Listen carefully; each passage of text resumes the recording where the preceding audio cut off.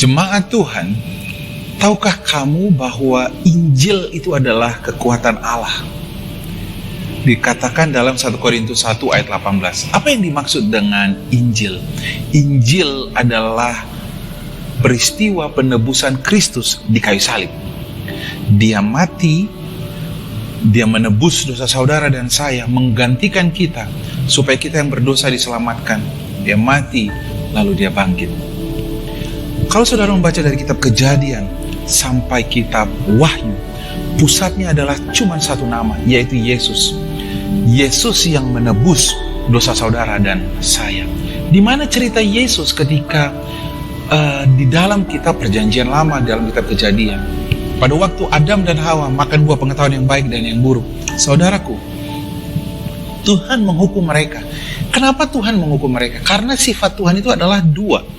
Tuhan itu dia adalah setia dan dia adalah adil. Adil artinya dia harus menghukum orang yang bersalah. Dan yang kedua, dia adalah setia. Tuhan setia sekalipun kita tidak setia. Apanya saudara? Kasih Tuhan. Dia menghukum Adam dan Hawa, tetapi kemudian dikatakan dalam Kejadian 3 ayat 21, Tuhan mengambil kulit binatang, mengorbankan binatang, lalu menggunakan kulitnya untuk menutupi manusia dari ketelanjangannya. Kenapa dia melakukan itu? Sesungguhnya yang Tuhan Yesus lakukan adalah, yang Bapa lakukan adalah, dia mengorbankan binatang, darahnya tercurah. Karena apa? Ibrani 9 ayat 22 dikatakan firman Tuhan, tanpa penebusan, tanpa pengorbanan, penumpahan darah, tidak akan ada penembusan dosa. Sesungguhnya Tuhan sedang menumpahkan darah binatang untuk menebus dosanya Adam dan Hawa.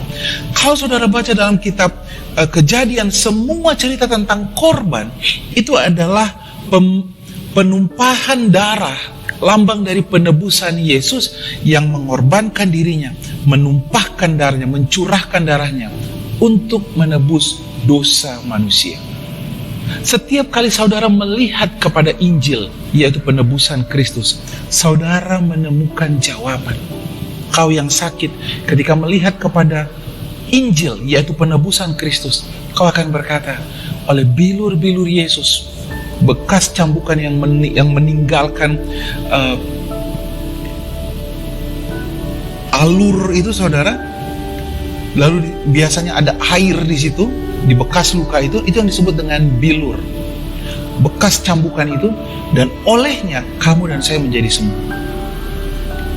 Tuhan Yesus yang telanjang ketika dia naik kayu salib, cawatnya pun harus diserahkan untuk dibuang undi oleh tentara Romawi. Dia telanjang supaya kita yang miskin menjadi kaya.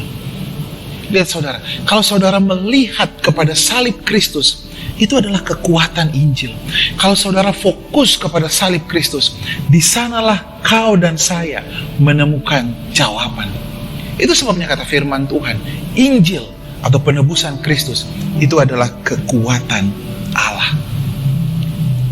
Bagi setiap kita yang mungkin saudara ketakutan, saudara mungkin khawatir akan masa depanmu, fokuskanlah pandanganmu kepada salib Kristus.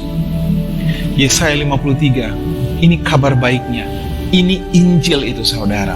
Dikatakan seperti ini, ayat 4, tetapi sesungguhnya bagi saudara yang sakit, penyakit mulah yang ditanggungnya. Bagi saudara yang saat ini sengsara dalam kemiskinan, sengsara dalam berbagai masalah, firman Tuhan katakan, kesengsaraan kita yang dipikulnya. Pada waktu Tuhan Yesus memikul salib, sesungguhnya yang dia pikul adalah kesengsaraanmu. Padahal kita mengira dia kena tulah, dipukul dan ditindas Allah. Tetapi dia tertikam karena pemberontakan. Kenapa dikatakan pemberontakan, saudara? Kenapa orang yang berdosa itu dikatakan orang yang memberontak kepada Tuhan? Kalau kita jatuh di dalam dosa, kita memberontak kepada Tuhan. Kita sudah berkata, Tuhan kami mau setia ikut Engkau. Tapi ketika kita jatuh, sesungguhnya kita melanggar janji kita. Makanya kita disebut pemberontak. Tetapi firman Tuhan katakan, Yesus tertikam, ditikam oleh tombak. Supaya apa saudara? Karena pemberontakan kita. Dia diremukkan, dipukul, ditinju.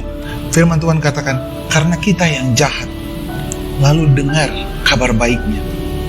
Ganjaran yang mendatangkan apa saudara? Keselamatan. Harusnya saudara dan saya dihukum, harusnya saudara dan saya dikutuk, harusnya bisnismu hancur, harusnya kau hidup di dalam kesengsaraan, harusnya kau hidup di dalam sakit penyakit. Tetapi kata firman Tuhan, ganjaran yang mendatangkan keselamatan bagi kita ditimpakan kepada Yesus, dan oleh bilur-bilurnya kita menjadi sembuh. Inilah yang disebut dengan Injil atau kabar baik itu. Dia yang tidak berdosa, dibuatnya berdosa, dihukum di kayu salib, supaya kita yang berdosa diselamatkan dan layak untuk menerima kebaikan Tuhan. Saudaraku, Injil adalah kekuatan Allah. Kalau saudara mau melihat kebenaran firman Tuhan, fokuskanlah matamu kepada karya penebusan Kristus di kayu salib. Kau akan menerima mukjizat. Mukjizat bagi kesehatan, mukjizat bagi pernikahan, mukjizat bagi tubuh, bagi bisnismu, bagi usaha yang kau lakukan.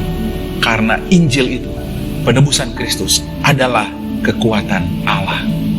Tuhan memberkati kita semuanya.